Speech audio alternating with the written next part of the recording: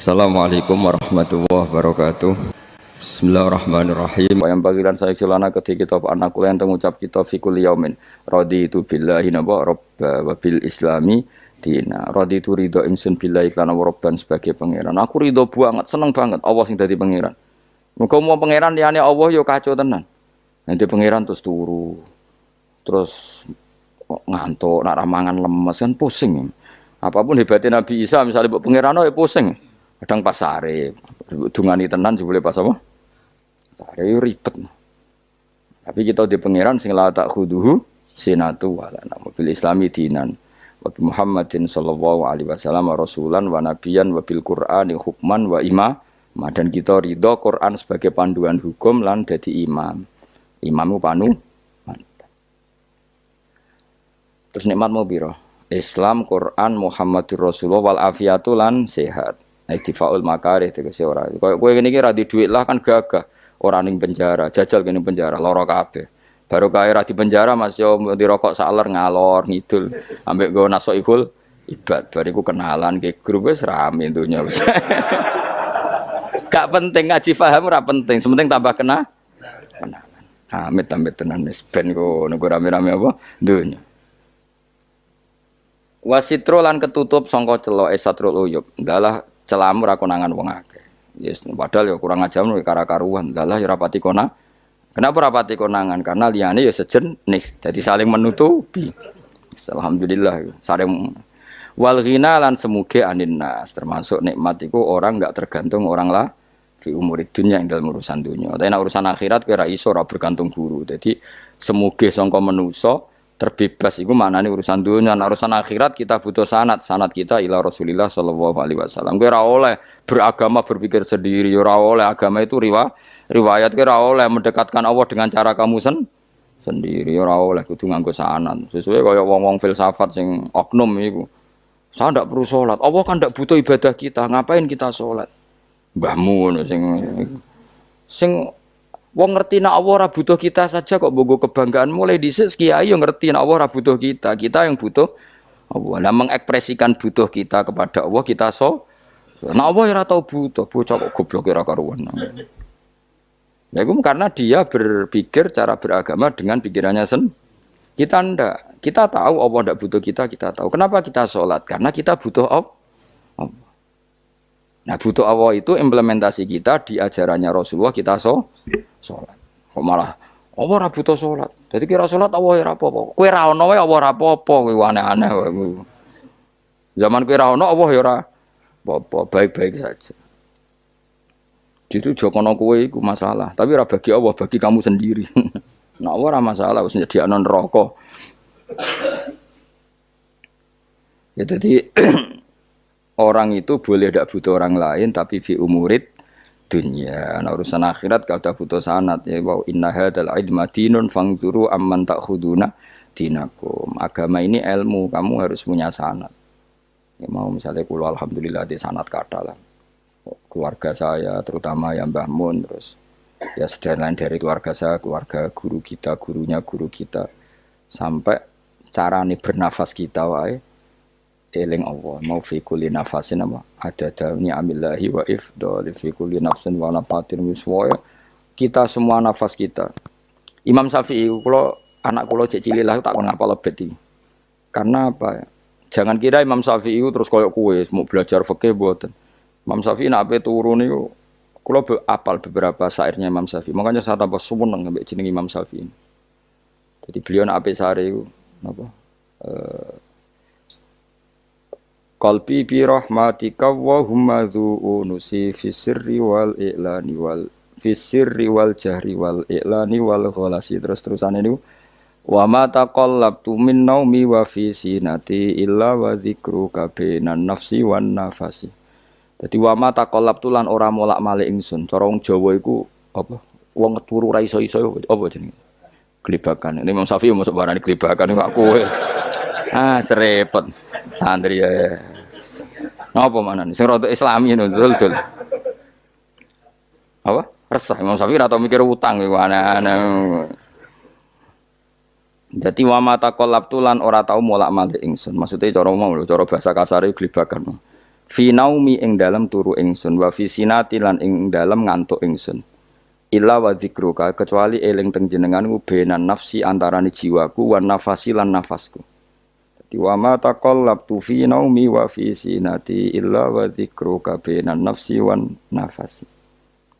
Jadi ulama di itu beliau tidak bikin syair, tidak bikin nadzuman, spontan tuh muji Allah. Nah, saya kira orang, sing madzhab Syafi'i kayak kue, wape turu ra iso glebakan, mari urung mangan. Akhirnya mau mangan sih, barang mangan warak rokokan lega terus ngorok turu ya Allah karim ngono ya urip ya Allah. Dadi misale ra iso turu pikiran pertama, mari kurang mangan. Mangan warak rokokan saler terus apa? Turu ngorok. Wah karim setan min hawalika kanan kiri setan tok. Padahal ulama dhisik ape turu wudu se maca tasbih se bariku angen-angen pangeran Rabbana ma khalaqta hadza batila terus bismika Allahumma ahya bismika amun terus bismika wada'tu jambi wa bismika arfa'u Allahumma rabbas samawati sab'i wa rabbal arsyil azim rabbuna wa rabbu kulli syai' falikal habbi wan nawa iku donga turu. Ora ngarapal donga iku yakin. Wis kowe muni wah Gus Bak ngenyek wong tak tes malah keizin.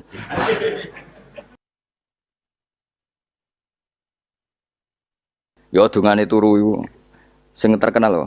Donga turu mek donga ngaji padha. Allahumma bismika Allahumma ya bismika. Mergo ana kiai kota. Bu, tahu doa ngaji? Enggak tahu Pak Ustaz, dongane bismika Allahumma ya bismika. Lho Pak Ustaz itu doa tidur. Karena kalau ngaji nah jare ora kiai. Donga turu mek ngaji ku padha. Aku dhisik wis kal. Maksude ku piye kok donga turu mek ngaji padha? Jebule nak ngaji turu. Ana nek ngaji dongane bismika Allahumma ya bismika terus ngaji. Faslon wis tok ndi-ndi. Serepet. Wis rame-rame. Jute yo urip apa? Wal afiatu lan afiate difaul makare tegese ketolak sangka barang sing ora seneng. Supaya kula suwun nggih supaya jenengan sing seneng pangeran iki sae-saesamu. Supaya piye-piye sifat dasar wong mukmin ya walladzina amanu asyaddu hubban lillah. Misale ora iso asyaddu ya sementing hubban. Ya tentu asyaddu itu wong mukmin banget senenge ning pangeran. Kena makome rong iso asyaddu ya sementing ana senenge. Ya ana apa? Ana senenge wis dengan kadar yang kelasem lah sampai iso seneng. Lah ana makome para wali ya asyaddu banget seneng. Mau apa turu nak orang mau ayat kursi gak lega ya paham. Cukup mau ayat kursi bedak tahli.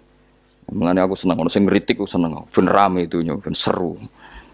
Sing ngritik ya muga-muga apal tahlil. Jadi ngritik itu fair, ora apa-apa apal terus ngritik. Mun tahlil sing musolli Abdullah sholati ala sate meneng kabeh wis. Iku men ada sing ngritik sing melok ora apal. Pokoke ujug-ujug muni wo filun. Susah es. Biar deh kau masoli, Abdullah sholati ala sati makhlukatika. Nurul Huda saya mas. Nurul Huda terus. Oh, aku sengguri semua orang gofil.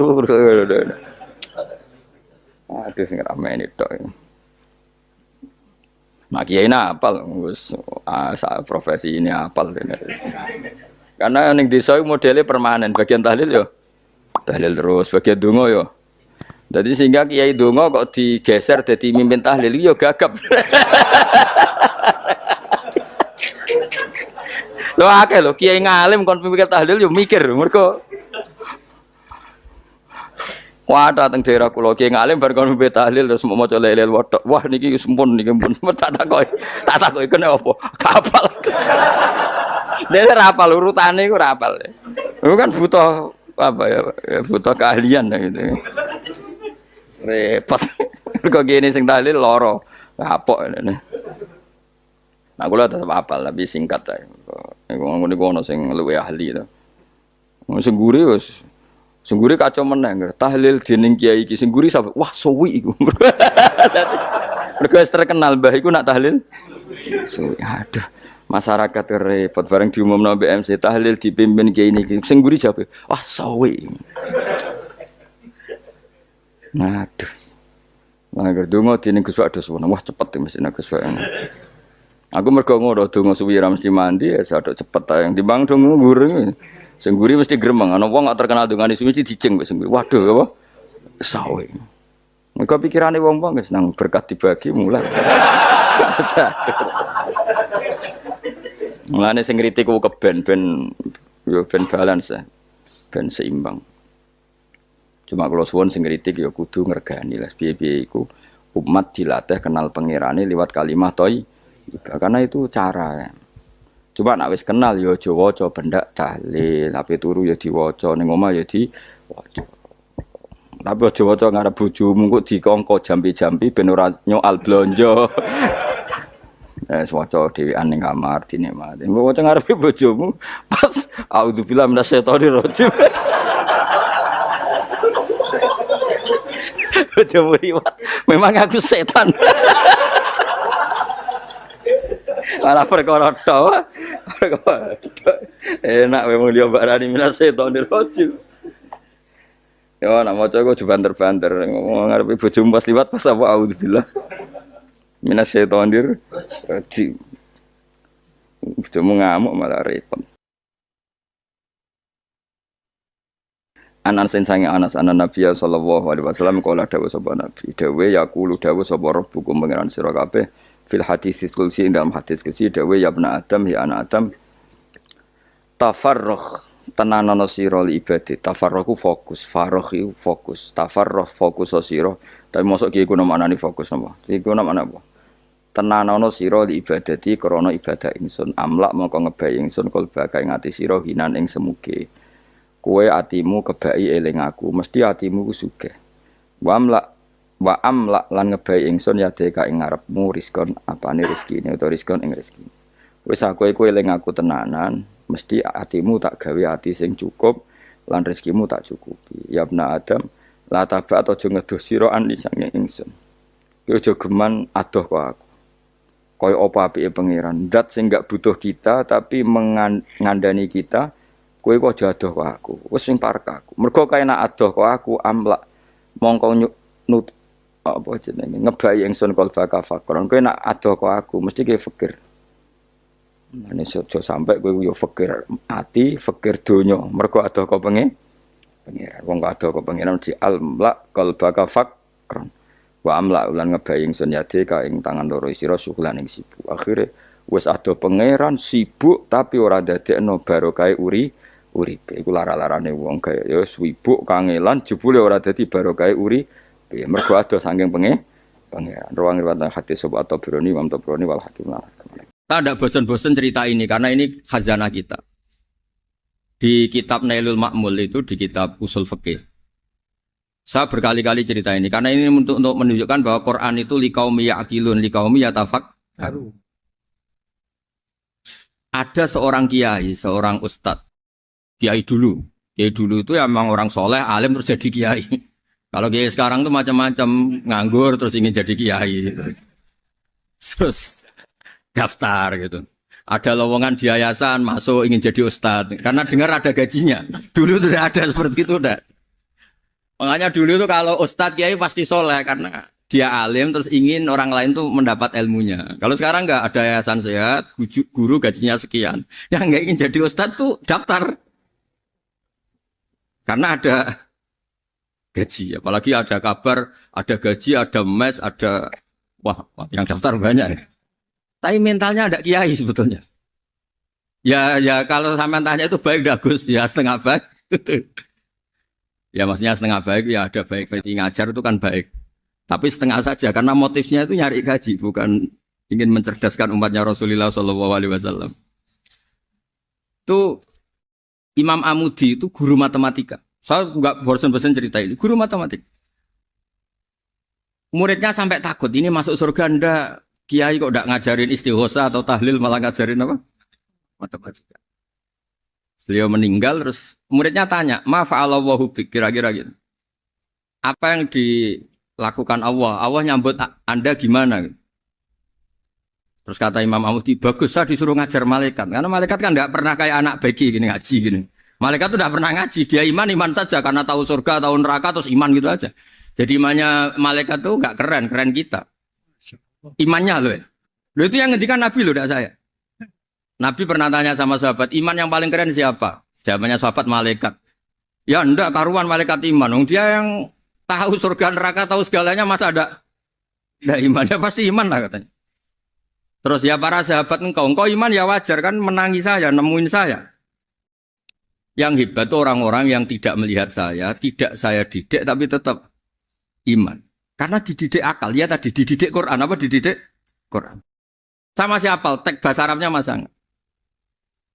Terus Imam Mahmudi kata Allah, suruh dia ngajarin para malaikat cara menemukan saya. Malaikat dikumpulin terus Imam Mahmudi disuruh ngajar. Sama singkat kata-katanya Allah di mimpi itu. Istadilla ala wahdaniyati. Di hadrati malaikati, tolong ajarkan cara menemukan saya padahal Anda ini manusia yang tidak melihat saya. Anda di Jakarta kan hanya gedung-gedung. Paling jadi khayal, terus nikmat lah, Anda ikut punya tapi ikut nikmati. Orang desa-desa kalau ke Jakarta itu pokrol. Wah di Jakarta itu gedungnya tinggi-tinggi, tidak kayak kampung sini. Lu udah ikut punya, ikut bangga. Di Jakarta orangnya cantik-cantik, tidak kayak orang sini. Padahal dia ya tidak dapat orang cantik gitu.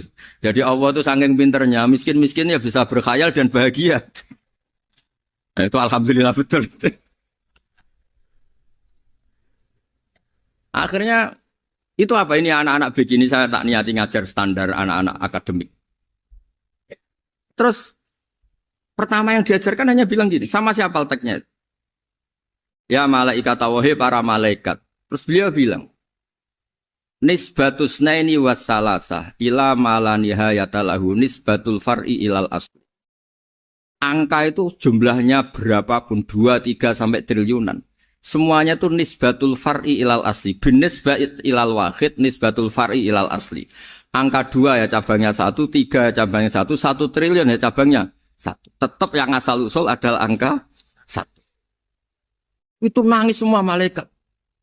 Cara Jawa itu mandekman kue iman kaya imanku. Makanya imannya umat Rasulullah Shallallahu Alaihi Wasallam itu PD-nya yakinnya kayak imannya malaikat. Kalau Tuhan itu 1, karena angka agak bisa dimulai kecuali dengan angka 1. Makanya nisbatus naini wassalasah ila malani hayatalahu iku nisbatul far'i ilal asli. Semuanya itu nisbatnya cabang ke induk. Berarti semua alam raya ini tetap asal usulnya 1, yaitu qul huwallahu ahad. Nah, itu namanya akal. Umatnya Rasulullah itu ditinggali mukjizat akal lewat panduan Quran, sehingga meskipun kita tidak menangi Rasulullah, tidak menangi sahabat, kita tidak tahu malaikat Jibril, tapi cara iman kita ini tidak kalah keren. Yakin hakul, yakin. Terus kedua, gambar. Kamu gambar rumah, gambar hewan, gambar apa saja, mesti dimulai 1 titik. Entah gambar kamu bagus, entah jelek, tetap dimulai 1 titik. Nah, titik ini namanya nuktotul wujud. Semua alam raya dimulai dari 1 titik, yaitu nuktotil wujud. Makanya Quran dimulai bismillah, dan bismillah itu dipilih sama Allah pakai pertama ba itu ada titik. Itu kata semua ulama. Itu titik itu singkatan dari bi kana makana wa bi yakunu mayakun. Karena saya semuanya ada. Bi itu karena saya. Jadi makanya santri-santri beki, tidak usah bayangkan kamu jadi wali terus bisa terbang ke Mekah, tidak usah. Kalau terbang ke Mekah ya sudah umroh aja bayar. Kalau enggak ya maklaran KBH atau apa. Pokoknya cari gratis. Ya gratis kan ya. Dapat orang 10 gratis 1. Terus orang enggak umroh-umroh dirayu-rayu supaya umroh. Repot. Itu pelanggaran fikih itu. Kalau orang punya utang itu wajibnya hanya utang dulu gitu. Wah repot. Saya itu juga sering bingung di kampung-kampung. Gus sama umroh. Kenapa? Dapat gratisan. Minta uang saja buat nyaur utang. Enggak boleh. Wah, secara fikih yang wajib itu nyaur utang bukan umroh. Enggak boleh Gus diminta uang, enggak boleh, harus umroh. Udah gitu saya ini bingung Gus mau umroh. Enggak nikmati. Kenapa? Disuruh ngajar Gus. Repot semua kalau ibadah mergawe ya gini bingung semua. Ya saya mohon anak-anak BK semua yang seneng Quran itu harus seneng sampai kayak saya sehingga tahu. Mencari Tuhan dengan cara tauhid yang berbasis akal itu sedzahir imannya malaikat. Jika di klasmen iman itu manusia ulul ilmi, kita-kita yang nekuni ilmu itu nomor 1 prakteknya. Karena nomor 1 itu Allah karuan kan syahidah wa, Allah kan gak tertandingi syahidah wa annahu la ilaha illa huwa. Terus wal malaikatu, malaikat kan karuan karena langsung menyaksikan surga dan Ketiga apa? Wa ulul ilm. Berarti prakteknya kan nomor satu. Kalau kompetitornya semuanya manusia, ulul ilmi nomor berapa? Satu kan? Nah nomor tiga kan dari Allah, malaikat, ulul ilm. Berarti kalau kompetisinya antar manusia nomor berapa? Satu kan? Nah kenapa ulul ilmi di nomor tiga kan tapi dari Allah, malaikat, ulul. Kerennya kayak apa? Karena cara iman ulul ilmi itu enggak ada ragunya sama sekali.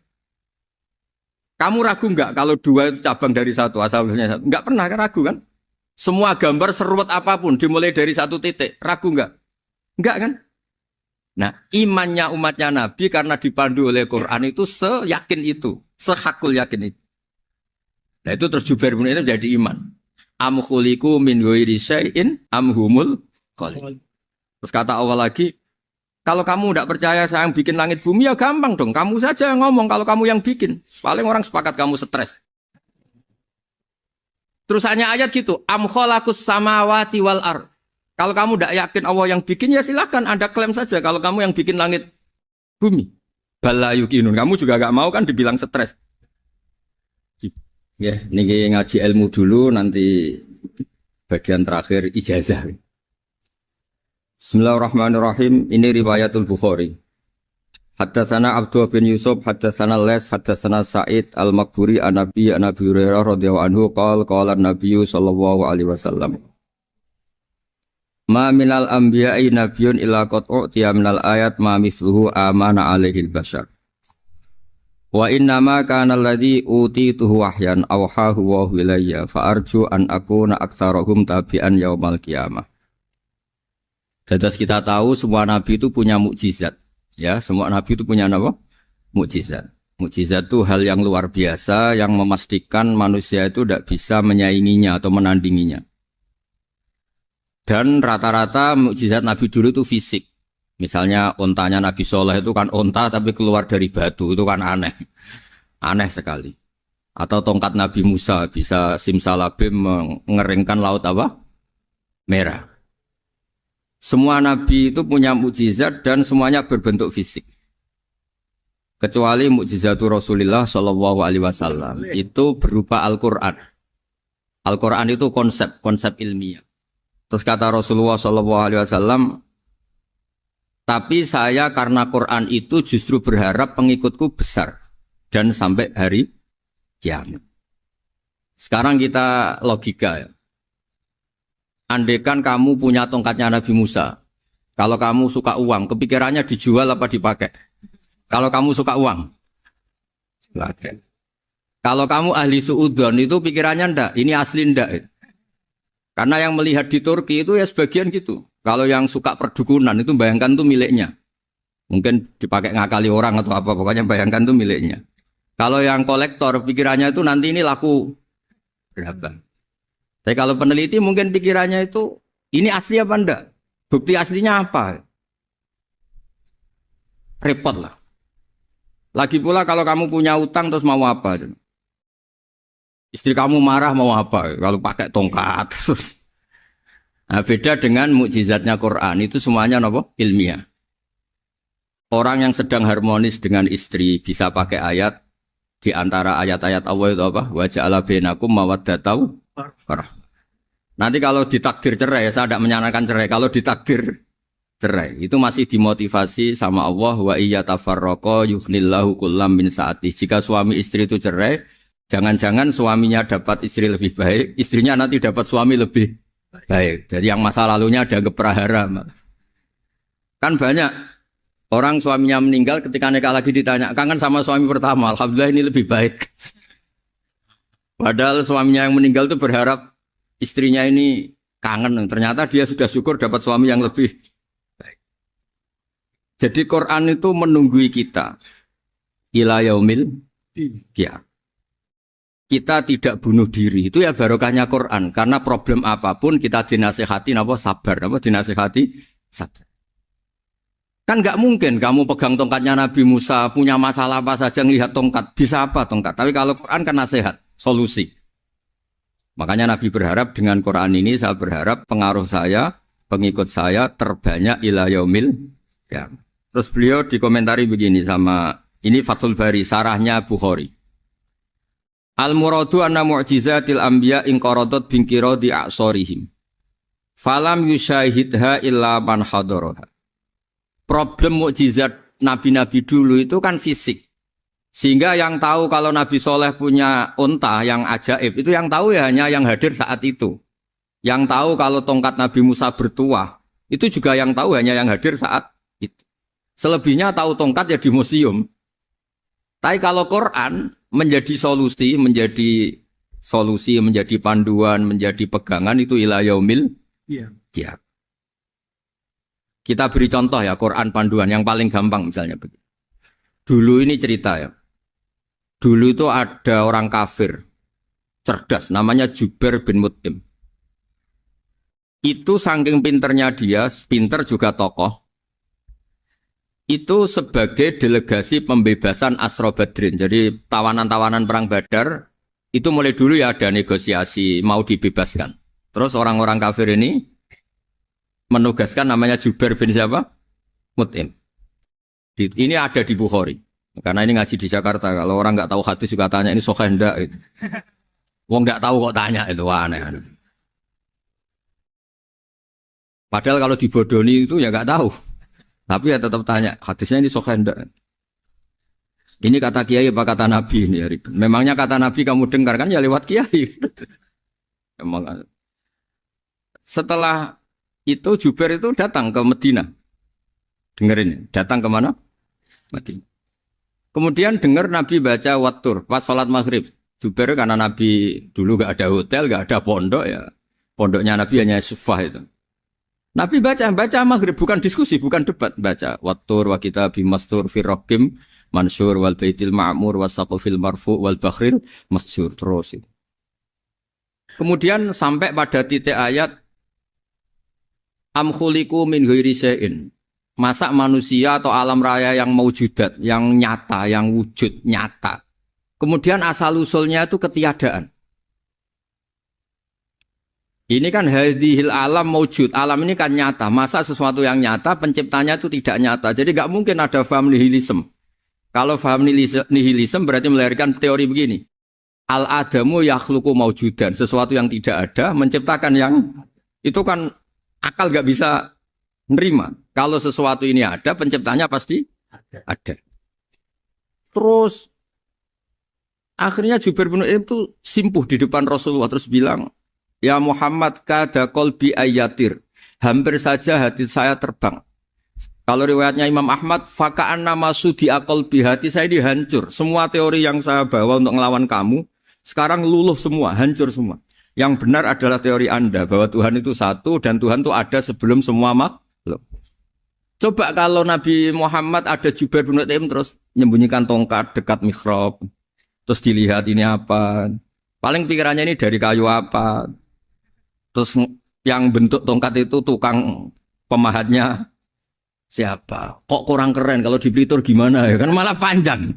Kira-kira kalau mukjizat itu dari tongkat itu malah panjang. Panjang lah pokoknya. Panjang. Lagi pula kamu coba kan nggak ngarah mandi. Itu yang mandi kan nabinya, bukan tongkatnya. Coba tongkatnya Nabi Musa coba anak-anak beki itu. Dipakai mukul kucing aja tidak mesti mati itu. Jadi nggak jelas mukjizat-mukjizat seperti itu nggak. Tapi kalau Quran menunggui. Sampai saking hebatnya Quran, teori rasionalitas, soal kampanye di mana-mana. Tingkat validitas, tingkat kebenaran Quran itu bahkan bisa diuji tanpa membuktikan, tanpa apa? Cukup pakai akal. Ya terus saya teruskan. Fala yamurru terus al murad anna mu'jizatil anbiya in qaradat binqidari a'sam wa mu'jizatul Quran mustamirratun ila yaumil qiyamah. Wa kharquhu lil adat fi uslubihi wa balaghatihi wa ikhbarihi bil mawhibat. Terus kata ini yang ngarang Fathul Bari sarahnya Imam Bukhari.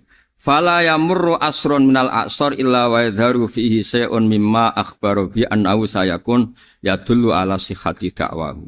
Wa hadza aqwal muhtamilat. Wa takmiluhu fil ladzi ba'da. Wa qilani ya.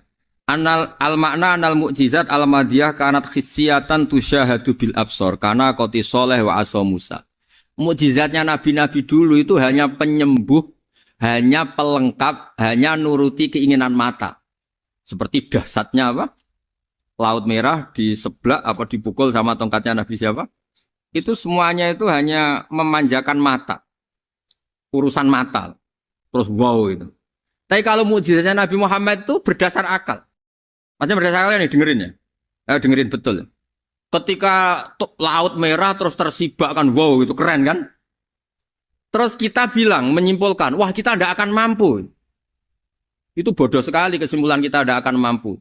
Meskipun bikin nyamuk, Anda juga tidak mampu. Loh untuk memutuskan tidak mampu saja kok sampai pertunjukan seperti itu tuh laupo, cek goblok gitu. Nah kalau kita karena umat yang pinter untuk memaksa kita nggak mampu, Allah bilang Inna wa la yastahi ayadriba mathalam ma ba'udhu. Kita melihat nyamuk langsung berkesimpulan tidak mampu. Saya berkali-kali cerita nyamuk itu sudah kecil, masih punya urat, uratnya kayak apa? Masih punya kuman, kumannya seberapa? Ya enggak? Nyamuk itu kecil, punya organ tubuhnya punya urat. Itu kalau kamu pinter, antara tongkatnya Nabi Musa menyibak Laut Merah sama nyamuk itu sama-sama berkesimpulan melahirkan satu faham bahwa kita tidak loh untuk memaksa tidak mampu saja kok nunjuk pertunjukan ada onta keluar dari batu Nakotu Soleh, ada tongkat yang bisa mengeringkan laut. Cik goblok ya. Nah kita alhamdulillah ada jenis goblok yang seperti ini. Untuk ikrar bahwa Allah itu hebat ala kulli syai'in, cukup lihat nyamuk. Kagum kan? Sudah tidak usah bikin hidup. Saya berkali-kali mencontohkan. Para pemahat tak suruh bikin patung gajah itu mampu. Tak suruh bikin patung nyamuk kalau bisa. Nyari materi dari apa? Gampang mana bikin patung gajah sama patung nyamuk? Gajah, makanya Allah bikinnya contoh itu untuk ijaz itu pakai nyamuk, bukan pakai. Itu kalau ustadz-ustadz yang agak jorok malah contohnya nyamuk Gus. Itu kecil. Itu kayak apa? Di dalamnya dia hamil. Itu anaknya kecil lagi, telurnya kecil lagi itu gimana itu cara bikin itu? Makanya di sini ada kitab Itqon itu komentarnya itu lucu. Ini kitab Al-Itqon karangannya Imam Suyuti. Ini persis komentar saya tadi yang kata Imam Suyuti pengarang kitab Itqon. Wa ya imma khissiyah wa imma akliyah. Jadi mukjizat itu ada yang fisik bisa dilihat indra, panca indra bisa dilihat akal. Wa aktsaru mu'jizati Bani Israil kanat khissiyah li baladatihim. Bilada itu goblok. Wa qillati basairihim. Dasar wong goblok. Mukjizat kok ngenteni sing wow. Maksudnya dasar untuk ngakui Allah hebat saja kok nunggu hal-hal yang seperti itu gitu. Paham gitu? Mergo likil latin apa aklihim. Wa aksaru mu'jizati hadil ummah akliyatun li farati dzakaihim wa kamali afwahihim. Dan mukjizatnya umat ini semuanya berdasar akal karena sudah cerdas. Jadi andaikan kita melihat tongkatnya Nabi Musa menyibak Laut Merah dengan melihat nyamuk, kesimpulan kita sama. Sama-sama wow, sama-sama keren, sama-sama memastikan kita tidak mampu. Makanya terus Quran menerangkan ya wa ma min dabatin fil ardi wala ta'iri yatiru bi janahihi illa umamun amsalukum. Jadi keseharian kita lihat burung kok terbang. Itu sudah ayatun min ayatillah. Paham ya, dados niki kudu bangga ditunggoni napa Quran, nggih ditunggoni napa Quran. Wa mu'jizatul Quran tusyahadu bil basirah, fayakunu mayatabi'u li ajlihi aksar. Terus li annal ladzi yusyahadu bi ainir ra'si yang qaridu bingkiradi musyahidi. Sesuatu yang tampilan dahsyatnya itu disaksikan mata, maka itu bisa habis. Era tongkat Nabi Musa seperti itu habis enggak? Bisa mengeringkan Laut Merah habis kan? Tapi era mukjizatnya Quran ila yaumil qiyamah. Ya contoh sosial, saya kembali lagi ke sosial. Kamu punya teman awet atau punya istri awet, itu konsepnya ya wal kadhiminal ghaidh, agak gampang tersinggung. Coba kalau kamu setiap tersinggung putus, setiap tersinggung habis, kamu tidak punya teman, tidak punya istri. Sampai kita awet seperti ini, kalau kecewa ya wal kadhiminal ghaidh, ngempet. Termasuk saya ini biasanya ngaji khusus terus baca gini ya kecewa. Tapi barokahnya diwarai Quran wal kadhiminal ghaidha, ngempet Gus, ngempet. Terus kecewa sama teman. Kenapa tidak putus? Karena wal afina aninna, sudah kalau kecewa maafkan. Coba kalau kita kecewa presiden demo, kecewa menteri demo, kecewa orang tua minggat. Ya kalau dicari, kalau tidak kan malu. Saya itu punya teman tak tanya, kecewa Gus sama bapak itu. Kenapa tidak minggat? Malu. Kenapa malu? Takut gak dicari. Itu orang tuh paling malu itu kalau keluar dari rumah nggak di. Saya punya teman lagi, saya ini takut mati Gus. Kenapa? Takut istri saya tidak nangis Gus. Itu kematian terburuk itu kalau mati, tahu istrinya tidak nangis. Oh, itu malu betul itu. Makanya jangan mati. Pokoknya pastikan orang sekeliling Anda nangis itu baru berani mati. Kalau tidak jangan. Ya jadi mukjizatnya Nabi itu luar biasa. Nah ini terus saya teruskan ya. Makanya mukjizat terbesarnya Nabi adalah Al-Quran. Karena Al-Quran itu cerita tentang hukum-hukum akal, cerita tentang logika-logika peradaban. Misalnya logika peradaban, contoh paling gampang. Di Quran itu ada sekian ayat yang Allah cerita peradaban. Misalnya wa ahsinu innallaha yuhibbul muhsinin. Itu dikutip terus kemudian disimpulkan dalam peradaban. Kata Sayyidina Ali karramallahu wajhah ngendikannya gampang. Ahsin man syi'ta takun amiro. Kamu berbuat baik saja sama seseorang, maka otomatis kamu akan jadi pemimpinnya. Ada orang nggak tamat SD, nggak tamat papa, gobloknya minta ampun. Tapi karena gaji seorang pakar, oh kamu tak gaji 1 bulan 1 miliar, perusahaan saya jadikan besar. Itu dikongkan ngalor ngidul ya nurut. Hanya karena dia ihsan. Terus wastaghni amman syi'ta takun nadhira. Saya ulang lagi. Wastaghni amman syi'ta takun nadhira. Dan kamu jangan butuh orang lain, siapapun dia, maka kamu akan setara. Misalnya ada menteri orang antri mau salim, tapi kamu tidak butuh kan tenang saja. Tapi kalau kamu butuh, habis ya. Ya kan, kamu tidak butuh seseorang, maka kamu posisinya akan setara. Kamu harus sopan karena punya utang jasa. Kalau nggak punya apa-apa kan setar. Ya enggak? Misalnya kamu jajar rektor atau jajar menteri, jajar apa saja. Kalau kamu tidak punya utang kan, kamu jajar menteri tidak punya utang. Sama jajar satpam tapi punya utang, takut mana?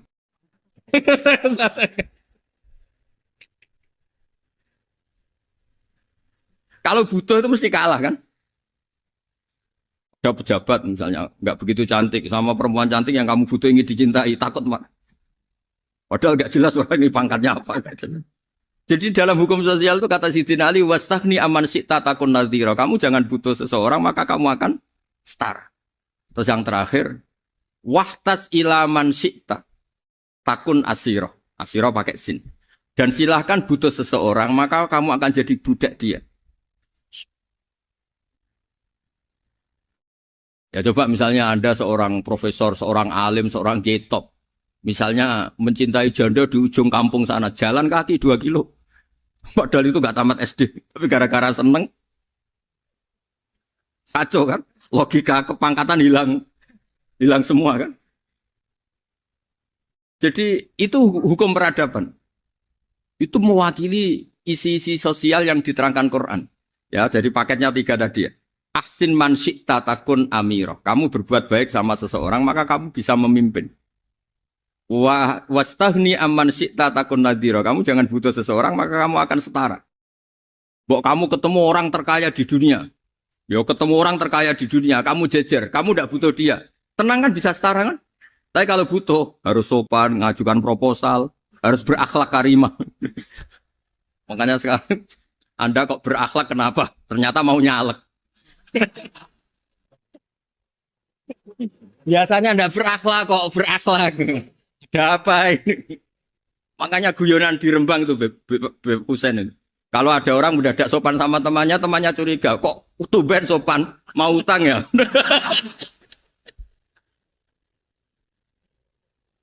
Zaman akhir itu kacau.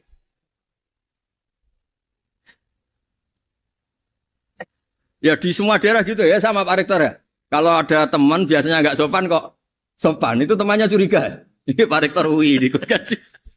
Kok tumben sopan, ada apa ya?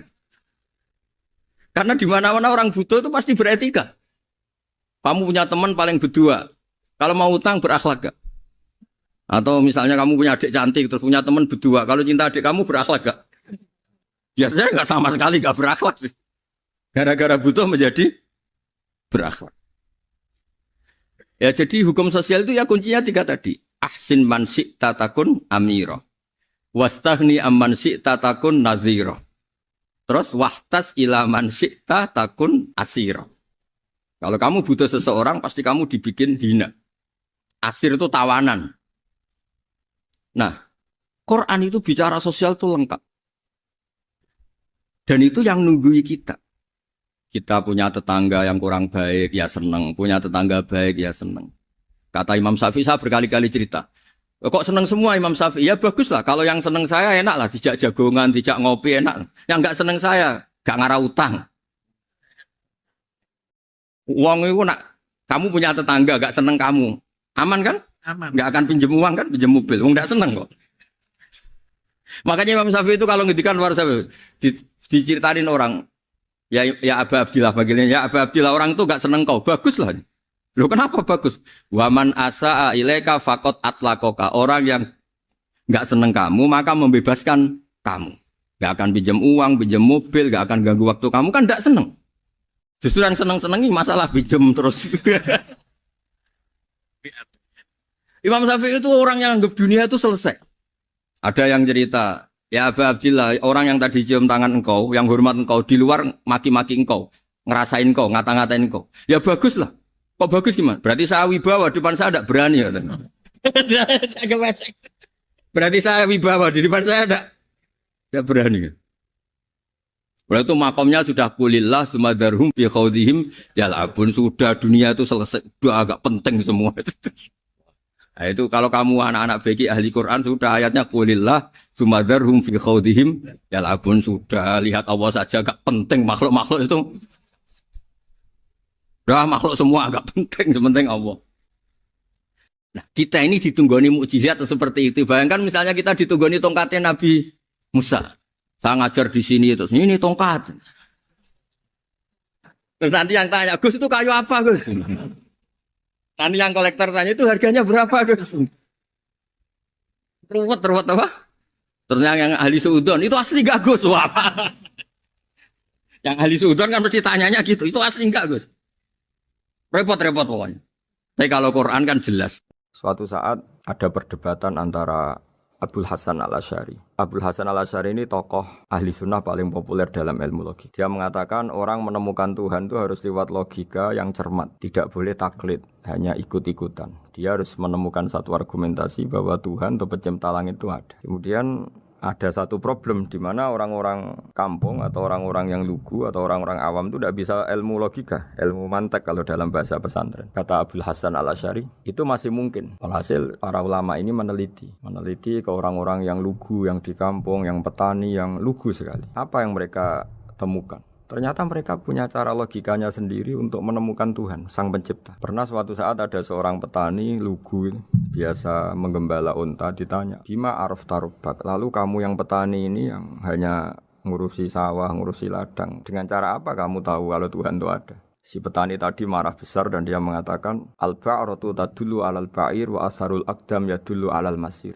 Kata petani tadi, yang namanya ada kotoran unta, pasti ada untanya. Yang namanya ada jejak kaki, pasti ada yang barusan lewat. Artinya kalau ada makhluk, pasti ada pencipta. Ini logika awam yang mudah. Kita tidak mungkin mengatakan bumi ini pencipta, mengatakan matahari pencipta. Kelihatan sekali kebendaannya, kelihatan sekali bahwa bumi matahari tidak punya ikhtiar, tidak punya kekuatan. Kelihatan sekali sifat-sifat kemakhlukannya. Jika benda-benda ini karuan makhluk, pasti menunjukkan bahwa ada penciptanya, ada khalik. Bismillahirrahmanirrahim. Alhamdulillahirabbil alamin wassalatu wassalamu ala asyrafil mursalin sayyidina Maulana Muhammadin wa ala alihi washabihi ajmain amma ba'du. Berikut sebagai mukaddimah bahwa Profesor Zaini Dahlan berkeinginan UII punya tafsir dan terjemah sendiri. Lewat proses yang panjang dan melibatkan tim, di antaranya saya, terbitlah tafsir versi UII juga terjemah versi UII. Di antara ciri khas terjemahan UI adalah bahwa bahasa Arab yang tentu mengandung kesusastraan Arab, balaghah, kemudian ditransfer untuk pembaca Indonesia. Sehingga di antara ciri khas terjemahan UI adalah dengan rasa Indonesia dan tentu tidak merubah makna. Berikut beberapa kutipan yang perlu pemirsa atau pendengar tahu. Al-Quran adalah satu kitab suci yang diturunkan kepada Nabi besar Muhammad SAW. Dan di antara ciri Al-Quran adalah menjelaskan kebenaran secara jelas, secara gamblang. Sebagaimana firman Allah, bahwa Rasul adalah Rasulun minallah yatlu suhufam mutahharah. Rasulullah diutus oleh Allah Subhanahu wa taala ketika penduduk Makkah sangat-sangat jauh dari kebenaran. Mereka adalah penyembah berhala yang dikira sebagai Tuhan dan jumlahnya Tuhan-Tuhan itu banyak sekali. Suatu saat Rasulullah mendakwahkan bahwa Tuhan itu satu dan harus satu. Tapi kata mereka, kenapa Muhammad menjadikan Tuhan satu? Padahal urusan kita banyak, problem kita banyak. Harusnya Tuhan itu juga banyak. Ini yang diceritakan dalam surat Shad, Aja'alal alihata ilaha wahida inna hadza lasyai'un ujab.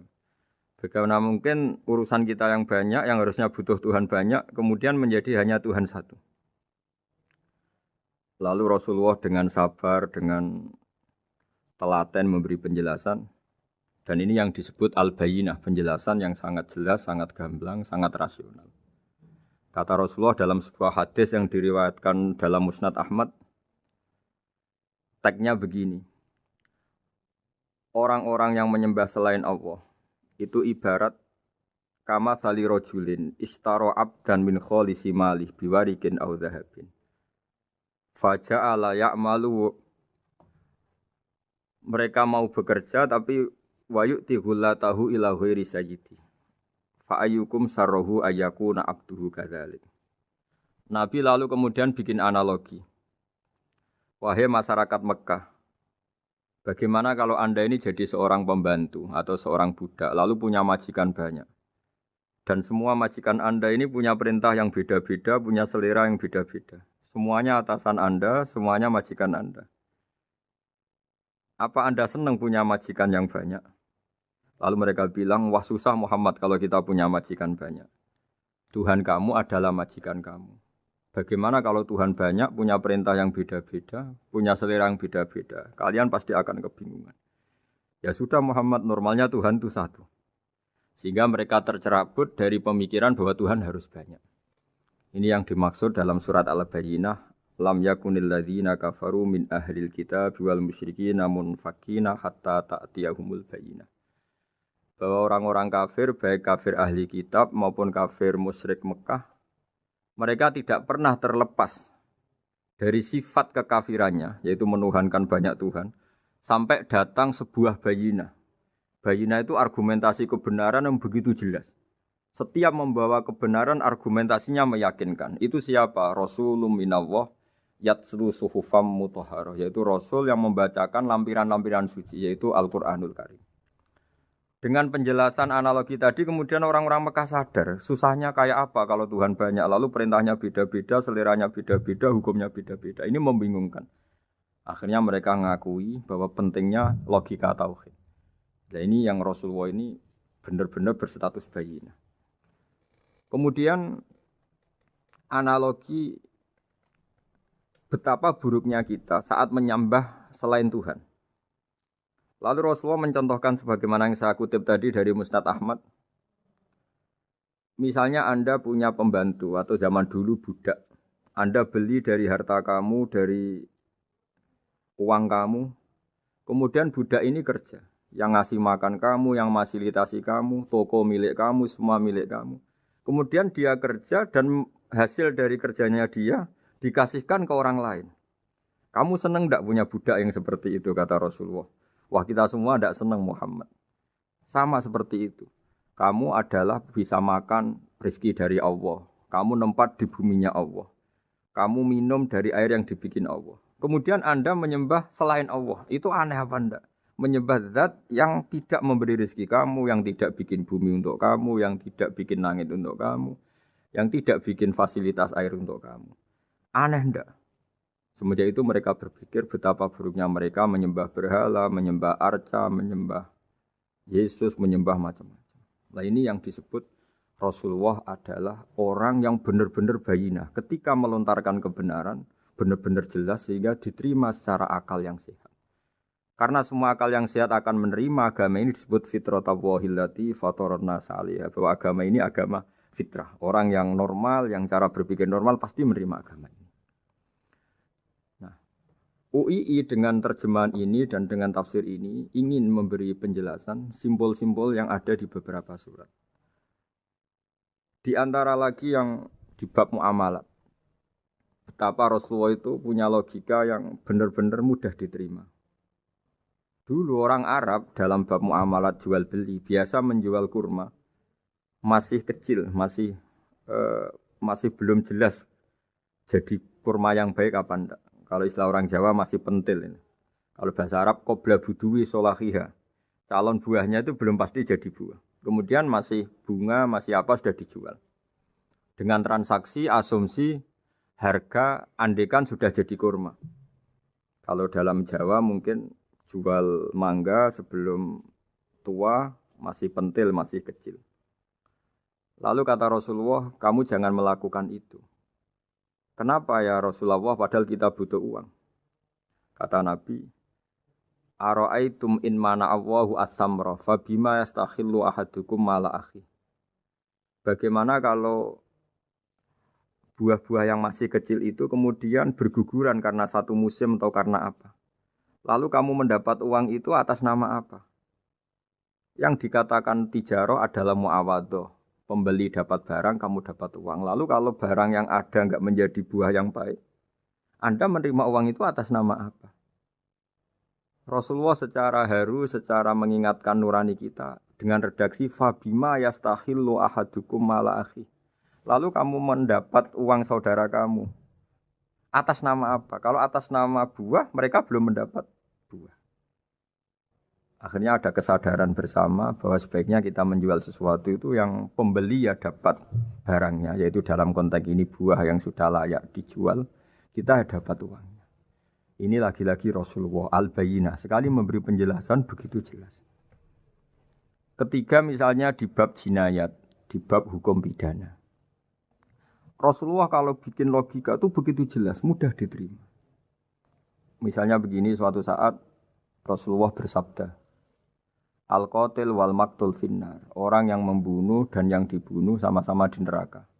Tentu dalam konteks saling bunuh yang dalam kezaliman.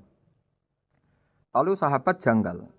Ya Rasulullah, oke lah kalau pembunuh itu masuk neraka. Ini bagaimana mungkin yang dibunuh pun masuk neraka? Rasulullah dengan jelas, dengan bayinah, dengan hujjah, beliau menjawab, Innahu kana harison ala qatli sahibihi.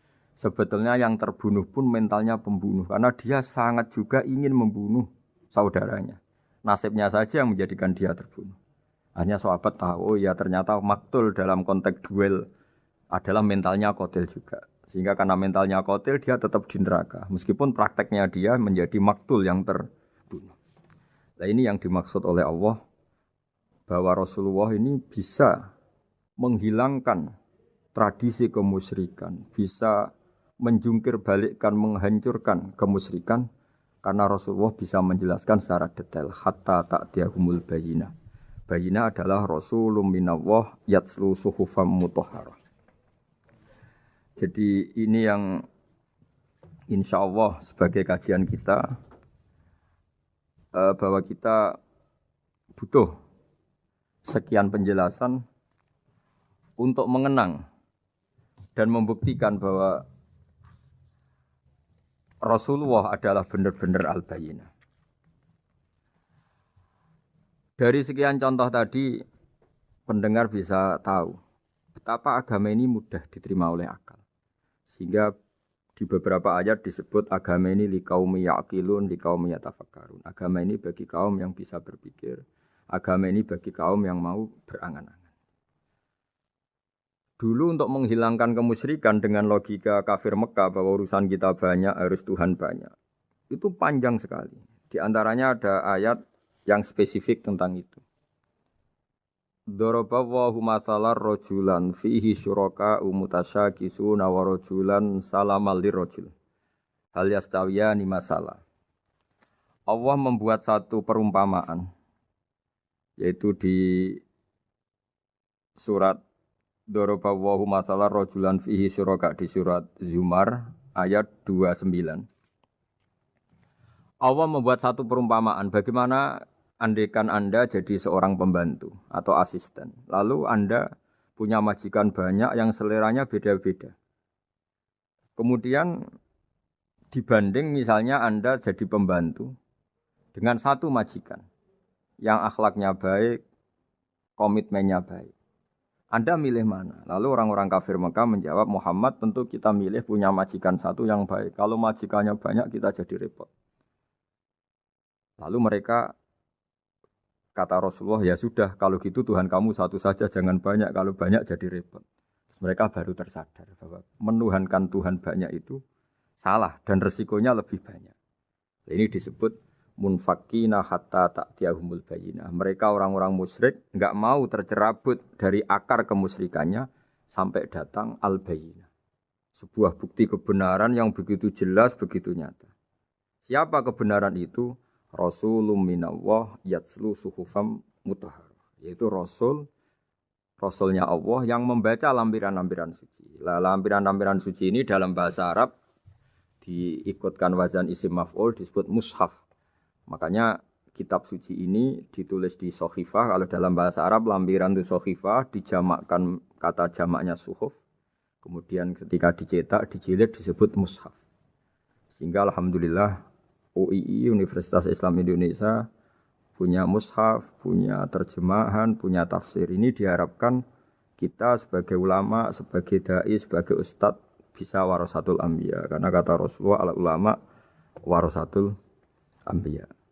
Saya kira demikian supaya pemirsa tahu, pendengar tahu bahwa betapa pentingnya menjelaskan secara bayinah.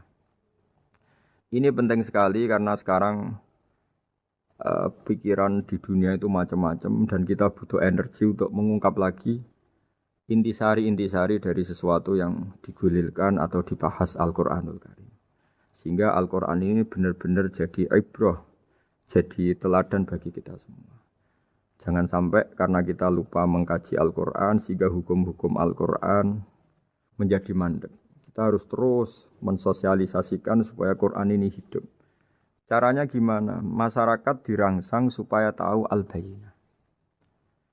Contoh yang terakhir sebelum menutup perjumpaan kali ini, misalnya dulu orang kafir Mekah itu janggal. Karena mereka juga punya kajian bahwa Nabi itu bersyarat harus turunan dari bangsa Israel. Karena semua Nabi itu pasti turunan Nabi Ibrahim. Yaitu Nabi Ibrahim punya anak yang bernama Ishak. Ishak punya anak yang bernama Yakub. Yakub ini yang nanti punya anak Yusuf, sehingga Yusuf bin Yakub bin Ishak bin Ibrahim. Ketika nabi-nabi ini hidup di Palestina, di Yerusalem, itu kayak jadi aturan bahwa nabi itu harus turunan Bani Israel. Sehingga ketika orang-orang kafir Mekah dari kelompok ahli kitab, ketika Rasulullah Muhammad mendakwahkan diri sebagai nabi, mereka janggal bagaimana mungkin nabi dari orang Arab. Nabi itu harusnya orang Yerusalem atau orang Palestina. Kemudian Allah memberi penjelasan, fihi ayatum bayyinatum maqamu Ibrahim, bahwa Muhammad adalah turunan Ibrahim. Bukti nyata adalah di Mekah ada jejak kakinya Nabi Ibrahim, yaitu yang sekarang kita sebut maqam Ibrahim. Setelah dilacak-lacak ternyata mbah-mbahnya Rasulullah atau nenek moyang atau leluhur Rasulullah bernama Adnan. Adnan ini kata sejarah-sejarah disepakati wa adnanu bila raibin intadzawil ulumin nasabiyah ila dzabihi Ismail nisbatuhu wa muntama. Bahwa Adnan ini tertulis secara sejarah lengkap bahwa dia turunan dari Nabi Ismail. Ismail adalah anak dari Nabi Ibrahim. Kemudian makom Ibrahim ini juga dibuktikan sekian sejarah bahwa Ibrahim pernah di situ. Yaitu ketika Hajar, ibu dari Ismail, kesulitan nyari air, lalu lalang lari antara Safa dan Marwah. Kemudian kita kenang sekarang bernama Sa'i. Kemudian dekat Ka'bah ada namanya Hijir Ismail. Karena dulu jadi kamarnya Nabi Ismail. Hijir, hujro itu kamar atau ruang khusus untuk Nabi Ismail. Sehingga jelas sekali bahwa Ibrahim, Ismail, Hajar pernah hidup di Mekah. Lalu lagi-lagi orang kafir Mekah yang dari kelompok ahli kitab sadar bahwa Muhammad jadi nabi layak karena dia juga turunan dari Ibrahim alaihis salam. Ini yang disebut fihi ayatum bayyinatum maqamu Ibrahim, bahwa di kawasan Mekah, kawasan Bakkah atau kawasan Hijaz jelas sekali ada jejak-jejak Nabi Ibrahim. Lagi-lagi ini bayyinah. Nah, bayyinah ini yang bisa menghilangkan sifat kemusyrikan, sifat kekufuran. Karena lewat penjelasan yang panjang ini, kemudian benar-benar diketahui bahwa Muhammad jadi Nabi itu sah. Karena dari segi dakwahnya benar, perilakunya benar, hujahnya benar. Sekarang dari segi nasab juga benar, karena beliau termasuk keturunan dari Nabi Ibrahim alaihissalam lewat jalur Ismail. Ini penting kita ketahui dan perlu kita kaji, supaya istilah-istilah di Al-Quran kita tahu. Makanya banyak istilah di Al-Quran, misalnya wattaba'tu millata abai, kita ngikuti agama leluhur kami. Di situ disebut ada Ibrahim, ada Ishak, ada Ismail, ada Yakub. Kenapa demikian pendengar? Bahwa karena agama ini butuh tradisi. Dan tradisi ini menjadi komunitas sosial. Sehingga ketika tradisi ini sudah mantap, insya Allah lewat kebenaran agama ini akan menyingkirkan kemusyrikan. Contoh paling mudah begini, Nabi itu melarang orang menyembah batu. Tapi kemudian dalam tradisi Islam sendiri ada orang sholat kemudian sujud. Yang secara zahir sujud itu mencium batu atau mencium masjid tempat kita sujud. Apalagi kita mencium Hajar Aswad. Secara kasat mata seakan-akan kita ini menghormati betul Hajar Aswad. Sehingga orang kafir mencibir. Muhammad itu aneh. Dia melarang kita menyembah batu, tapi dia sendiri mencium Hajar Aswad seperti itu. Dia sendiri menyembah batu. Orang kalau sujud seakan-akan seperti itu. Tapi lewat penjelasan Nabi, bahwa kita sujud hanya kepada Allah. Kita kalau sujud baca sajadah wajhililladzi khalaqahu wa sawwarahu wa syaqqa sam'ahu wa basarahu bihaulihi wa quwati fatabarokallah ahsanul khaliqin. Wajah kami sujud kepada zat yang menciptakan wajah kami, yang mengasihi kita pendengaran, yang mengasihi kita pandangan.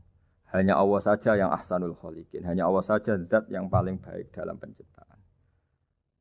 Ini penting sekali saya katakan, bahwa sehingga sujud kita yang seperti itu adalah simbol tawadhu. Tidak ada kaitannya dengan kita ini menyembah batu. Sehingga kita tradisikan ke anak-anak saat sujud baca subhana rabbiyal a'la wa bihamdi. Kita ajarkan mereka bahwa semua selain Allah adalah ciptaan Allah. Jadi andai kan enggak ada tradisi tauhid yang dijelaskan begitu detail. Saat kita haji bilang labbaika Allahumma labbaik, labbaika la syarika laka labbaik. Innal hamda wan ni'mata laka wal mulka la syarika lak. Ya. Setiap kita haji mengitari Hajar Aswad, kita bilang nikmat semua dari Allah. Enggak ada syarik bagi Allah, enggak ada mitra bagi Allah, enggak ada sekutu bagi Allah. Sehingga karena ini kita maklumatkan, kita kumandangkan. Meskipun umat Islam itu mencium Ka'bah, mencium Hajar Aswad, enggak akan disalahfahami ini bentuk penuhanan kepada Hajar Aswad atau kepada Ka'bah. Karena kita ungkapkan innal hamda wan ni'mata laka wal mulka la syarika lak. Enggak ada syirik, enggak ada mitra bagi Allah. Sehingga dari sekian talbiyahnya Rasulullah kita tahu ini bentuk pemaklumatan tauhid.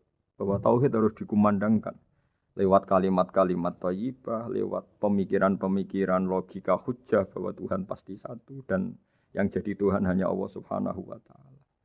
Karena andekan ini tidak dikumandangkan, kemudian ada ritual yang secara lahir kasat mata nyium Hajar Aswad, nanti seperti tuduhannya orang kafir bahwa Islam itu aneh melarang menyembah batu, tapi nyatanya ada ritual mencium batu.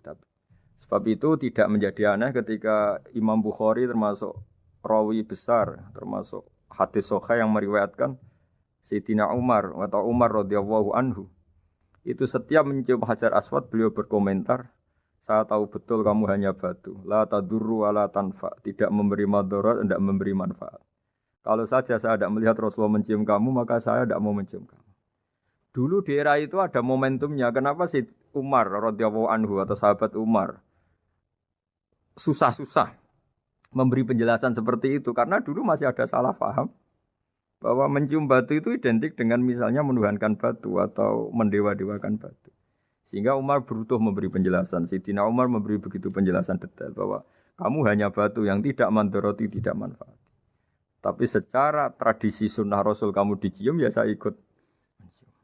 Ini penting sekali penjelasan-penjelasan seperti ini, maklumat-maklumat seperti labbaika wa humma labbaik, sehingga semua ritual Muslim tidak disangka atau tidak disalahfahami sebagai pemuja materi. Lagi-lagi penjelasan yang detail ini disebut al-bayyinah. Rasulun minallah yatslu suhufam mutahharah.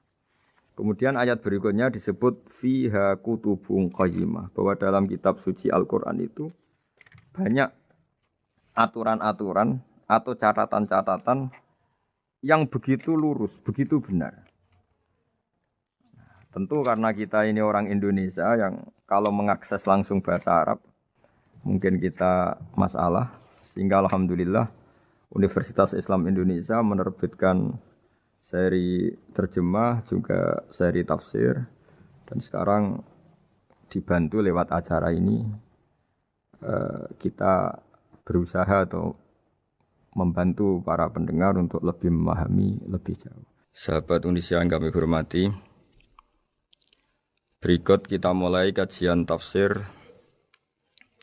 yang dikeluarkan oleh UII. Mari kita mulai dengan surat Al-Baqarah. Bismillahirrahmanirrahim. Alif Lam Mim. Dzalikal kitabul la raiba fihi hudal lil muttaqin. Di sini diterjemahkan Alif Lam Mim ini termasuk ayat-ayat yang oleh para ulama dianggap mutasyabihat. Artinya kita tidak boleh memaksakan maknanya. Kita cukup iman bahwa itu dari Allah Subhanahu wa taala. Ini termasuk ayat-ayat yang kita percaya bahwa ada makna yang diinginkan Allah, tapi kita tidak perlu menduga-duga apa sepersisnya makna itu. Dzalikal kitabul la raiba fihi, kitab ini tidak ada yang diragukan. Hudal lil muttaqin, petunjuk bagi mereka yang bertakwa. Sahabat Indonesia yang kami cintai, yang kami hormati, muttaqin dari kata kerja ittaqa yattaqi ittiqaan. Maknanya adalah menjaga diri. Ada 3 kelas muttaqin dalam terminologi para ulama, istilah yang dikeluarkan para ulama. 1, muttaqin orang yang menghindari perilaku syirik atau perilaku kekafiran. Sehingga menurut para ulama, apapun faseknya seorang mukmin, apapun kelirunya orang mukmin, misalnya pernah mencuri, pernah korupsi, pernah apa saja, masih dianggap mukmin karena dia masih bertauhid la ilaha illallah Muhammadur Rasulullah. Ini muttaqin yang paling kelas pokok, kelas bawah. Kemudian ada muttaqin kelas kedua, yaitu mereka yang menghindari dosa besar tapi tidak bisa menghindari dosa kecil. Misalnya bisa menghindari dosa zina, tapi dia bisa menghindari dosa melihat perempuan yang bukan mahramnya, yang bukan halal bagi dia.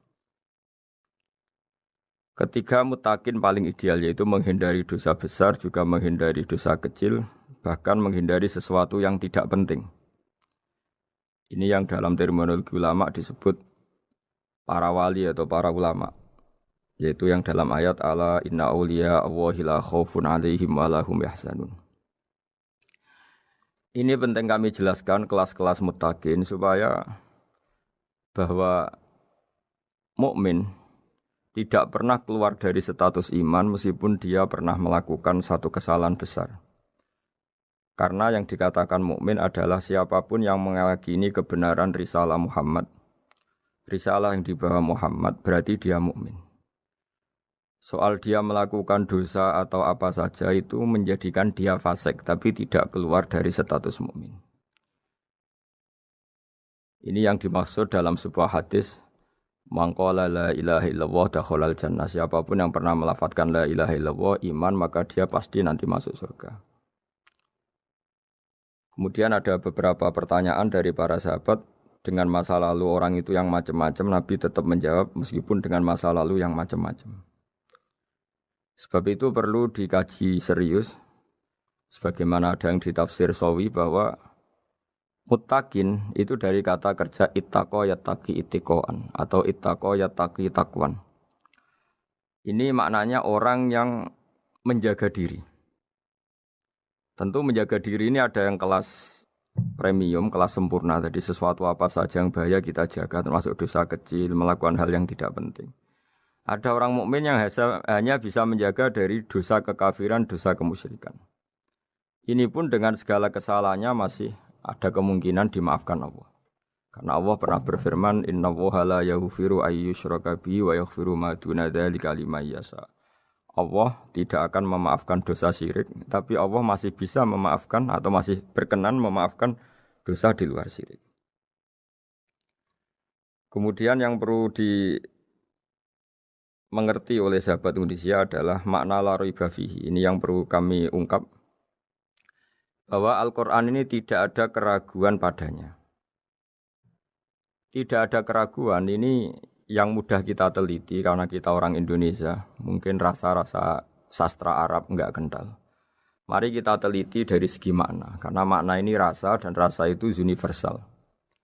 Begini misalnya, dulu orang-orang kafir Mekah karena mereka penyembah berhala, penyembah Tuhan-Tuhan yang banyak, itu memprotes. Mereka memanggil tentu masih Muhammad, belum ya Rasulullah. Muhammad, kamu mengajak ke Tuhan berapa? Rasulullah menjawab, ke Tuhan yang satu. Lalu mereka bertanya, Muhammad urusan kita ini banyak, problem kita banyak. Tuhan banyak saja tidak bisa menyelesaikan, apalagi satu Tuhan.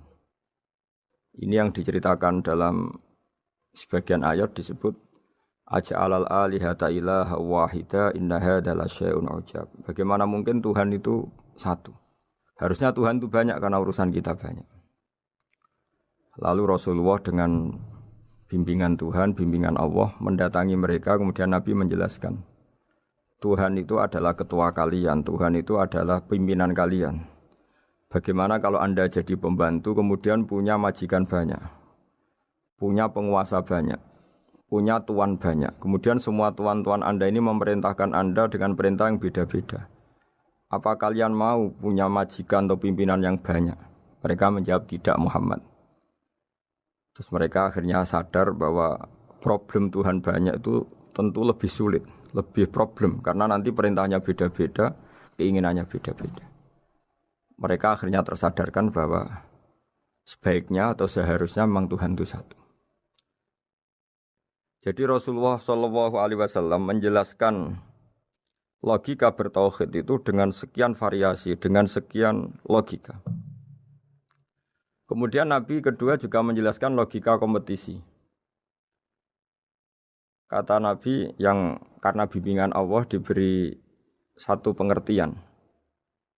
Andai kan Tuhan itu 2 atau 3, kemudian berebut dalam tahta aras atau tahta yang di alam raya ini.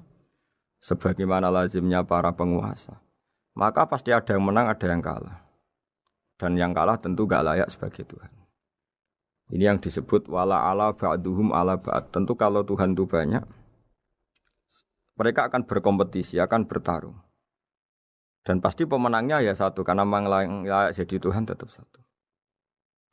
Sadarlah bahwa orang-orang kafir Quraisy, orang-orang kafir saat itu sadar pentingnya bertauhid.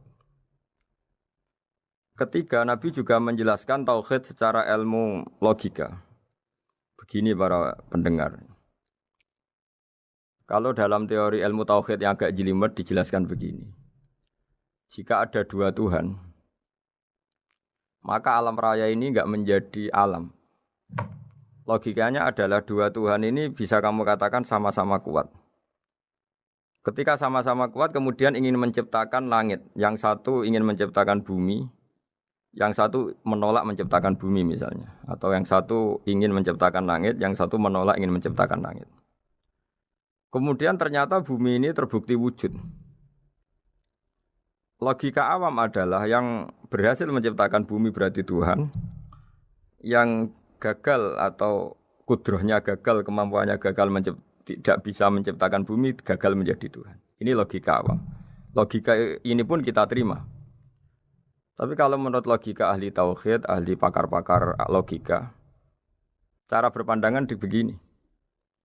Ketika Anda mengatakan ada dua Tuhan yang sama-sama kuat, kemudian terbukti yang satu mampu menciptakan bumi, yang satu tidak.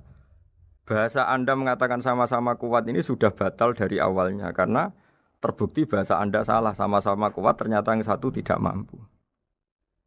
Sehingga dalam pikiran orang-orang ahli tauhid mengatakan membayangkan Tuhan saja itu enggak kebayang karena turunan kata ini pasti selalu salah. Karena tadi misalnya dikatakan andai kan ada dua Tuhan, kemudian yang satu mampu menciptakan bumi, yang satu enggak. Padahal Anda tadi bilang sama-sama kuat, ternyata terbukti yang satu enggak kuat. Berarti kata Anda sama-sama kuat ini salah. Ini pula yang diajarkan Rasulullah lewat bimbingan Allah, lewat wahyunya yang disebut Lau kana fihi ma alihatun illallahu la fasadata. Karena kalau ada dua Tuhan, pasti kamu sifati sama-sama kuat. Ternyata sifat sama-sama kuat ini batal demi hukum karena ternyata yang satu tidak mampu menciptakan bumi. Atau kamu sifati dua Tuhan ini sama-sama lemah. Itu tidak mungkin lagi karena ternyata bumi ini terbukti wujud. Pasti penciptanya ini tidak yang sangat kuasa. Jadi logika tauhid sedemikian dibangun oleh Rasulullah lewat bimbingan Allah Subhanahu wa taala. Logika keempat supaya kita iman dan tambah kuat imannya adalah logika yang mudah dicerna oleh kebanyakan orang atau yang bisa diindra. Begini misalnya dalam sebuah ayat di surat Al-Kahfi, kemudian di awal surat Al-Ahqaf, kemudian di sebagian surat At-Tur ada penjelasan begini. Ketika Rasulullah mengajak manusia menyembah Allah, kemudian orang-orang kafir tanya, lalu Tuhan kamu siapa Muhammad? Tuhan saya adalah Allah menciptakan langit bumi. Terus mereka berandai-andai, ada Lata, ada Uzza, ada Manat, ada Hubal.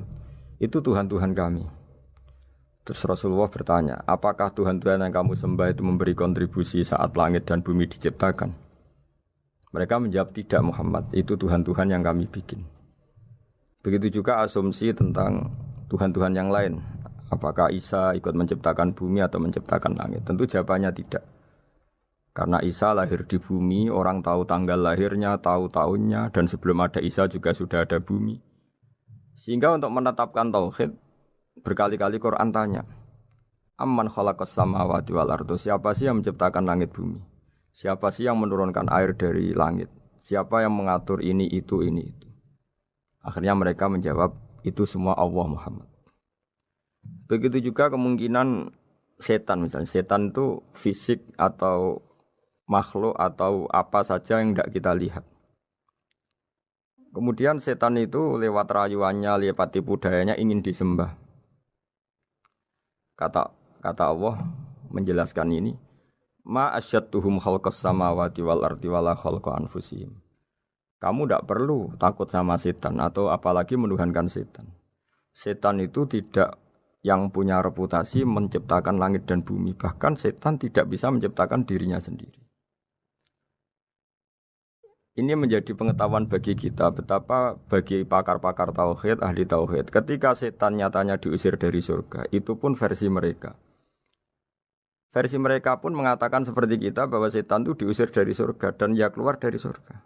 Kalau setan itu Tuhan, tentu diusir gak mau, karena di surga itu nikmat.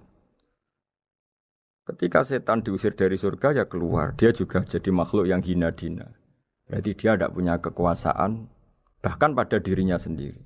Dipaksa keluar dari surga, ya keluar. Dipaksa menjadi ahli neraka, jadi ahli neraka. Dipaksa jadi apa saja, juga dia akan jadi seperti yang dipaksakan. Ini menunjukkan bahwa setan adalah tahta kudratillah, tahta qahrillah, tahta satwatillah, bahwa setan pun dalam kendali kekuasaan Allah. Makanya Allah mengatakan kamu tidak usah menyembah setan, tidak usah nurut sama setan. Setan itu lemah sekali. Karena faktanya dia tidak bisa memaksakan keinginannya. Ini yang oleh Allah disebut dalam firman-Nya inna kaidas syaitani kana dhaifa. Setan itu lemah sekali. Ini perlu saya sampaikan ke para pendengar Unisia bahwa bertauhid itu ada sekian logika. Logika kelima adalah logika orang awam. Awam sekali. Suatu saat ada perdebatan antara Abul Hasan al-Asy'ari. Abul Hasan al-Asy'ari ini tokoh ahli sunnah paling populer dalam ilmu logika. Dia mengatakan orang menemukan Tuhan itu harus lewat logika yang cermat. Tidak boleh taklid, hanya ikut-ikutan. Dia harus menemukan satu argumentasi bahwa Tuhan atau pencipta langit itu ada. Kemudian ada satu problem di mana orang-orang kampung atau orang-orang yang lugu atau orang-orang awam itu tidak bisa ilmu logika, ilmu mantek kalau dalam bahasa pesantren. Kata Abu Mansur, kata Abul Hasan al-Asy'ari, itu masih mungkin. Alhasil para ulama ini meneliti ke orang-orang yang lugu, yang di kampung, yang petani, yang lugu sekali. Apa yang mereka temukan? Ternyata mereka punya cara logikanya sendiri untuk menemukan Tuhan, Sang Pencipta. Pernah suatu saat ada seorang petani lugu, biasa menggembala unta, ditanya, Bima araf tarubak, lalu kamu yang petani ini yang hanya ngurusi sawah, ngurusi ladang, dengan cara apa kamu tahu kalau Tuhan itu ada? Si petani tadi marah besar dan dia mengatakan, Al-ba'ratu tadullu alal ba'ir wa asharul aqdam yadullu alal masir. Kata petani tadi, yang namanya ada kotoran unta, pasti ada untanya. Yang namanya ada jejak kaki, pasti ada yang barusan lewat. Artinya kalau ada makhluk, pasti ada pencipta. Ini logika awam yang mudah. Kita tidak mungkin mengatakan bumi ini pencipta, mengatakan matahari pencipta. Kelihatan sekali kebendaannya, kelihatan sekali bahwa bumi matahari tidak punya ikhtiar, tidak punya kekuatan. Kelihatan sekali sifat-sifat kemakhlukannya. Jika benda-benda ini karuan makhluk, pasti menunjukkan bahwa ada penciptanya, ada khalik. Dalam logika Badui tadi, si Badui tadi, kalau ada kotoran sapi, pasti ada sapinya. Meskipun sapinya sudah sekarang nggak terlihat, mungkin sudah jalan kemana. Sama, kalau ada jejak kaki, meskipun orang yang tadi lewat sudah kita nggak tahu, tapi kita pasti tahu, pasti ada yang lewat. Ini yang dimaksud dalam bahasa Arab, al-ba'ratu tadullu alal ba'ir, kalau ada kotoran sapi atau kotoran unta, pasti ada untanya. Wa atharul aqdam yadullu alal masir, kalau ada jejak orang lewat, pasti tadi ada orang lewat. Nah, semua metode ini digunakan semua oleh Rasulullah. Logika yang bagi intelektual, logika bagi kaum awam, logika bagi kaum menengah. Ya tidak awam, tidak intelektual. Semuanya digunakan. Semuanya jadi media untuk memastikan bahwa logika tauhid ini logika pilihan. Logika yang benar-benar logika. Sehingga dalam banyak ayat disebut agama ini li kaum ya'qilun, li kaum yatafakkarun. Bagi kaum yang bisa berpikir, bagi kaum yang punya akal. Lalu kemudian kami teruskan alladzina yu'minuna bil ghaibi. Ini kata ghaibi bukan kayak dalam bahasa Indonesia misalnya setan atau hantu disebut barang gaib.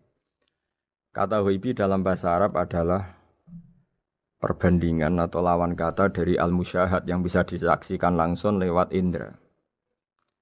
Kita orang mukmin iman bahwa surga ada, padahal kita tidak pernah melihat surga. Kita mukmin iman bahwa neraka ada, padahal kita belum pernah melihat neraka. Ini sesuatu yang maghoba anil absor, yang mata kita tidak melihat, fisik kita tidak menyentuh. Kita pun iman. Asal sesuatu itu mansus ya, dikatakan secara eksplisit oleh Quran dan hadis. Kalau dalam bahasa usul fikih disebut al-mansus. Ciri mukmin diantaranya adalah yang paling pokok alladzina yu'minuna bil ghaibi. Iman dengan sesuatu yang enggak kelihatan. Lalu kemudian para ulama cara pandang beda-beda. Bedanya bukan karena mereka bertentangan enggak, tapi ini menurut kelas rasa yang berbeda-beda. Bagi orang-orang sufi Allah itu tidak bisa dikatakan al-ghaib, sesuatu yang enggak kelihatan. Karena Allah itu begitu jelas, az-zahir. Kata orang sufi, Allah itu zahir. Begitu juga dalam Asma'ul Husna disebut Allah itu az-zahir, begitu jelas. Karena orang yang akalnya mapan, hatinya mapan, melihat satu lemari yang bagus, pasti langsung mensifati bahwa pembuatnya adalah orang yang hebat. Orang yang melihat mobil mewah atau pesawat yang canggih, pasti kepikiran pertama adalah pasti pembuatnya canggih. Sehingga eksistensi pembuat pesawat itu adalah orang hebat, itu langsung tertanam ketika melihat pesawat itu hebat. Bagaimana mungkin seseorang ragu akan kehebatan pembuat pesawat ketika melihat detail-detail pesawat? Pasti langsung kepikiran kalau pembuatnya itu hebat. Memutuskan bahwa pembuat pesawat hebat itu tidak harus ketemu yang membuat, juga tidak harus melihat. Tapi akal kita pasti meyakini pembuatnya itu hebat. Berarti keputusan menyimpulkan bahwa pembuatnya hebat adalah az-zahir begitu jelas. Begitu juga langit dan bumi, matahari semuanya tertata rapi. Air dengan fungsi manfaat yang sebegitu hebat, oksigen, semua tanaman, buah-buahan. Meskipun kita tidak pernah melihat Tuhan, tapi akal kita, nurani kita, pasti berkeyakinan dan tahu betul, pasti pembuatnya itu zat yang super hebat, super bijaksana. Sehingga dalam kategori ini Allah tidak bisa dikatakan suatu yang enggak tersentuh, yang enggak terjangkau. Allah itu az-zahir begitu jelas.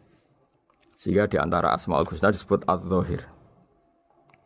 Sebab itu saya menganjurkan atau saya punya saran bahwa alladzina yu'minuna bil ghaibi itu contoh paling mudah itu kayak surga, kayak neraka. Kalau Allah sendiri itu az-zahir, mudah diketahui. Karena tadi orang yang melihat pesawat canggih pasti saat itu juga berkeyakinan dan itu pasti benar, pasti pembuatnya juga canggih. Nah, di sini disebut alam raya ini ayat, semuanya itu bukti kekuasaan Allah. Dalam syair-syair orang sufi masyhur sekali itu wa fi kulli syai'in innahu ayatun yadullu ala annahul wahidu. Setiap sesuatu kejadian di alam raya adalah bukti keesaan Allah, bukti eksistensi Allah Subhanahu wa taala. Sehingga dalam satu kisah normalnya orang itu paling tahu itu dengan dirinya sendiri. Karena dia adalah dia. Tapi kalau Imam Sibawai, seorang pakar nahwu mengatakan a'raful ma'arif Allah. Di alam raya ini yang paling mudah dikenali itu ya Allah, pencipta. Karena andai kan kita sendirian di hutan, kemudian kita mulai punya akal, kita mungkin tidak tahu diri kita ini siapa. Tapi setidaknya kita langsung menyimpulkan bahwa kita tidak bisa menciptakan diri kita sendiri. Ketika kita berkesimpulan tidak bisa menciptakan diri kita sendiri, pasti kita terus berkesimpulan ada di luar kita yang menciptakan kita. Nah, sebab itu kenapa sifat mencipta ini yang pertama kali dikenalkan oleh Allah kepada nabinya untuk dikenalkan kepada umatnya. Yaitu disebut Iqra bismi rabbikal ladzi khalaq. Muhammad, bacalah dengan nama Tuhanmu. Sifat Tuhan yang paling mudah dikenali oleh siapapun adalah sifat pencipta. Karena ketika seseorang yakin dia lahir sudah ada bumi, dia lahir sudah ada langit, dia pasti akan tahu bahwa dia ada penciptanya. Sehingga paling mudah mensifati Allah atau mensifati Tuhan adalah bismi rabbikal ladzi khalaq. Terus kemudian di antara ciri orang baik adalah wa yuqimunas shalat. Kemudian beriman kepada yang gaib, menegakkan salat. Kata menegakkan adalah dari kata menjaga aturan-aturan atau sesuai aturan-aturan salat. Kita tahu dalam salat ini ada beberapa syarat yang harus dipenuhi. Misalnya harus wudu, harus suci di tempat yang suci. Terus ada syarat-syarat dalam internal salat, dia harus baca Fatihah, harus tumakninah, macam-macam. Itu eksistensi definisi salat. Kemudian kata berdiri juga diartikan para ulama, eksistensi sholat harus diketahui secara publik, secara sosial. Karena sesuatu itu punya eksistensi kalau jadi konsensus atau diakui oleh publik. Di sini agama mewajibkan sholat jamaah. Kata banyak ulama, jamaah itu fardu kifayah, bahkan ada mengatakan fardu ain. Harus dijalankan orang banyak secara massal dan harus di tempat yang terbuka.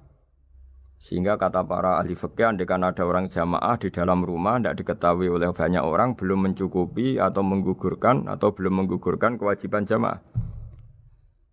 Sehingga eksistensi sholat harus diketahui secara publik. Sehingga dulu Rasulullah itu kalau sholat ya di masjid dan masjidnya terbuka. Sampai sekarang kita pun menyaksikan semua umat Islam kalau sholat di masjid yang terbuka. Sehingga dunia non muslim pun tahu bahwa dalam Islam ada ritual ya, ada ibadah yang bernama sholat. Hikmah kedua dengan cara terbuka seperti ini, sholat itu menjadi gak pernah rubah mulai zaman Nabi sampai kiamat. Dengan tradisi jamaah berarti kaifiyah atau cara sholat ini permanen. Bapak kita sholat ya seperti itu, imam seperti itu, anak cucu kita akan meniru kita ya seperti itu. Sehingga nggak ada varian-varian yang hanya berdasar subjektivitas musolli yang sholat. Taruh saja kita misalnya jadi seorang sufi yang baru takut sama Allah atau baru usul kalau dalam bahasa sufi. Kemudian kita sholat sendiri di rumah, mungkin dengan gaya menangis, terseduh-seduh macam-macam. Ini tentu tidak baik sebagai standar sholat.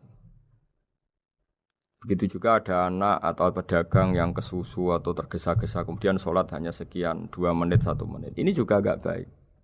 Meskipun itu boleh dilakukan individu-individu, tapi kalau dalam sholat jamaah, orang harus manut imam, dan ada standarnya, misalnya tumaknina itu biqadri subhanallah, jadi ada ukurannya. Ini penting saya utarakan bahwa hikmah jamaah itu bukan sekedar dapat pahala 27 kalau sendiri, dapat pahala 1 itu enggak. Tapi ini menjaga eksistensi sholat supaya ya seperti ini terus sampai kiamat. Sehingga orang Indonesia atau orang Afrika, orang mana saja, itu ketika haji atau ketika saling berkunjung di negara lain, itu enggak akan kaget dengan cara-cara sholatnya, karena seluruh dunia kaifiyahnya caranya sama. Ini semua barokah dari jamaah.